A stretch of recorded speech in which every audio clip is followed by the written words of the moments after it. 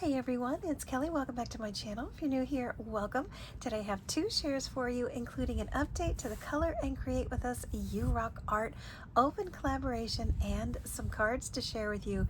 The Color and Create, it is an open collaboration hosted by my beautiful friend RoseMary.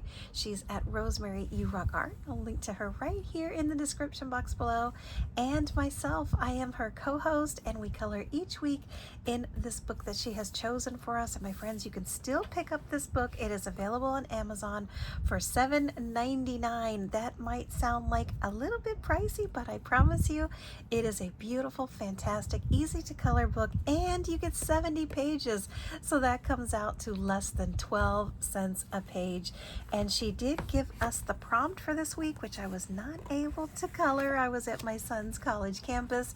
This is the big 4th of July weekend, but I can show you what we are to color for next week. So on next Monday, this is the prompt that she has given us to color, and it is a beautiful mandala. Absolutely love it. It reminds me a lot of the one that we colored previously, which actually turned out to be one of my favorite pages in this coloring book. Just in case you are new to my channel, wondering what on earth I am talking about, we are coloring once a week, every Monday, in this coloring book that RoseMary has chosen for us. It is the Bold and Easy large print coloring book, and each week she will pick a prompt. We color it and then come back the next week. So this will be due on Monday, which I believe is maybe going to be the 10th. So definitely come back and check this out. I am super excited to color this one. Color and Create with Us You Rock Art is just as it sounds. There is the coloring part. If you don't have this coloring book, please don't worry. Color in anything that you have on hand. Use any coloring books that you have. Use some stamped images. That's okay too. I just finished coloring a couple of stamped images. Here's one here, this little butterfly catching cutie from My Favorite Things, and some little bears that are heading off in their hot air balloon. And I was planning on making a card with these as well. Let me see if I can show you here. Isn't that adorable? I really love how that turned out, and I did color this one with my Prismacolor markers, and I am absolutely loving these markers. Oh my goodness, I have a story to tell you all about these Prismacolor markers, but I will save that for another day. I'm going to make a note and remind myself. So there are the pages that are, you can come back for next week, but again, color with whatever you have on hand. I've got the blues. I do. I've got the blues, and I don't mean with my emotions. I am coloring and reaching for everything blue. I don't know what my obsession with this color is lately, but there's a card that if you come back tomorrow for 4th of July, you'll see blue. I just did a blue background, and the last two cards that I literally did this past week, here's another one I did. Look how busy I have been. All of these cards I have been creating. Oh my goodness. And here are the last two cards that I made this past week. Both of them were blue. And that is so funny, because a lot of times you don't realize that you're reaching for the same color. It's familiar, it's quick, it's easy. There's lots of different reasons why you might reach for a specific color. In this case, it was convenience. I promise I had a bunch of these already cut and ready to go, like this and like this and like this, and I could keep going. I had so much blue sitting right next to me that I said, you know what, let's just roll with it. So that's why you see this blue background here for card number 1, and this is using one of my very favorite of all times stamps, and this is from the Elzybells collection, which is long retired. So these will stay in my collection forever, right next to my wooden Snoopy stamps. And then the second one is this adorable little Know Me card, which I made as well. So you can see here, these are both blue, both tones of blue. Here is the little wooden stamp, which I love. I'm a tactile person. I absolutely love the feel of the wooden stamp in my hand.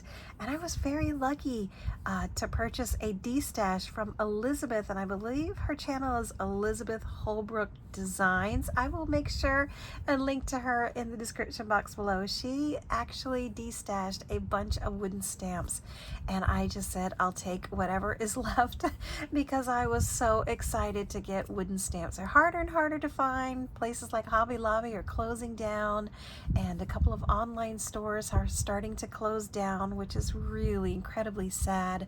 I'm always really sad when I see an online store, you know, shut down their business, but you know, there's a lot of reasons why they do that. So yeah, this one I actually purchased in 2008, 2009. It has been in my stash probably as long as my son has been born.